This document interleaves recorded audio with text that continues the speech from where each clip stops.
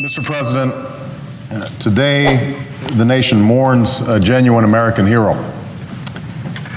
As most of you know, Rosa Parks died yesterday in her home in Detroit. Through her courage and by her example, Rosa Parks helped lay the foundation for a country that could begin to live up to its creed.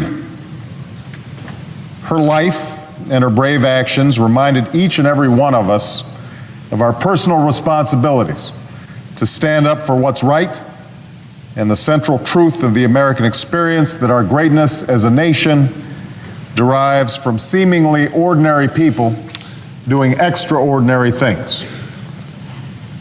Rosa Parks' life was a lesson in perseverance. As a child, she grew up listening to the Ku Klux Klan ride by her house, fearing that her house would be burned down. In her small hometown in Alabama, she attended a one-room school for African-American children that only went through the 6th grade. When she moved to Montgomery, Alabama to continue her schooling, she was forced to clean classrooms after school to pay her tuition. Although she attended Alabama State Teachers College, Rosa Parks would later make her living as a seamstress and housekeeper. But she didn't accept that her opportunities were limited to sewing clothes or cleaning houses. In her 40s, Rosa Parks was appointed secretary of the Montgomery branch of the NAACP and was active in voter registration drives with the Montgomery Voter League. In the summer of 1955, she attended the Highlander Folk School, where she took classes in workers' rights and racial equality. Well before she made the headlines across the country, she was a highly respected member of the Montgomery community and a committed member of the civil rights effort.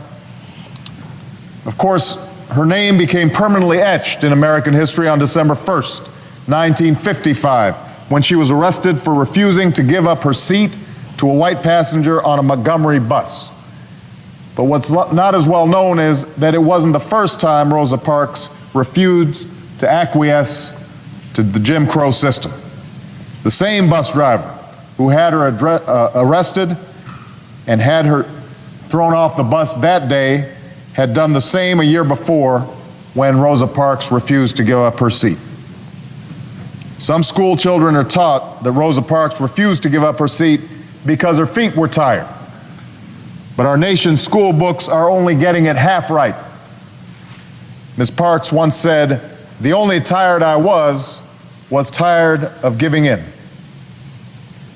This solitary act of civil disobedience became a call to action. Her arrest led to a then relatively unknown pastor, Martin Luther King Jr., to organize a bus boycott for the entire Montgomery system. That boycott lasted 381 days and culminated in a landmark Supreme Court decision finding that the city's segregation policies were unconstitutional. This solitary act of civil disobedience was also the spark that ignited the beginning of the end for segregation and inspired millions around the country and ultimately around the world to get involved in the fight for racial equality. Rosa Parks' persistence and determination did not end that day in Montgomery, nor did it end with the passage of the Civil Rights Act and the Voting Rights Act years later.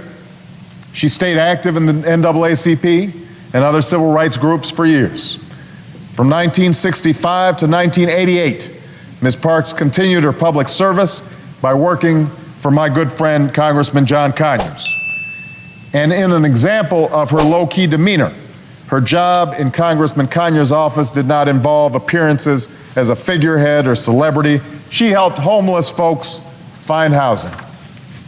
At the age of 74, she opened the Rosa and Raymond Parks Institute for Self-Development, which offers education and job training programs for disadvantaged youth. And even into her 80s, Rosa Parks gave lectures and attended meetings with civil rights groups. At the age of 86, Rosa Parks' courage and fortitude was recognized by President Bill Clinton, who awarded her the nation's highest honor for a civilian, the Congressional Gold Medal. As we honor the life of Rosa Parks, we should not limit our commemoration to lofty eulogies. Instead, let us commit to carrying on her fight, one solitary act at a time, and ensure that her passion continues to inspire as it did half a century ago. That, in my view, is how we can best thank her for her immense contributions to our country. In closing, Mr. President, Rosa Parks once said, "As long as there is unemployment, war, crime, and all the things that go to the infliction of man's inhumanity to man, regardless, there is much to be done, and people need to work together." Now that she's passed, it's up to us to make sure that her message is shared. For while we will miss her cherished spirit, let's make sure to ensure that her legacy lives on in the heart of a nation. And Mr. President, as a personal note, I think it is fair to say that were it not for that quiet moment of courage by Ms. Parks, I would not stand here before you today. I owe her great thanks, as does the nation. She will be sorely missed.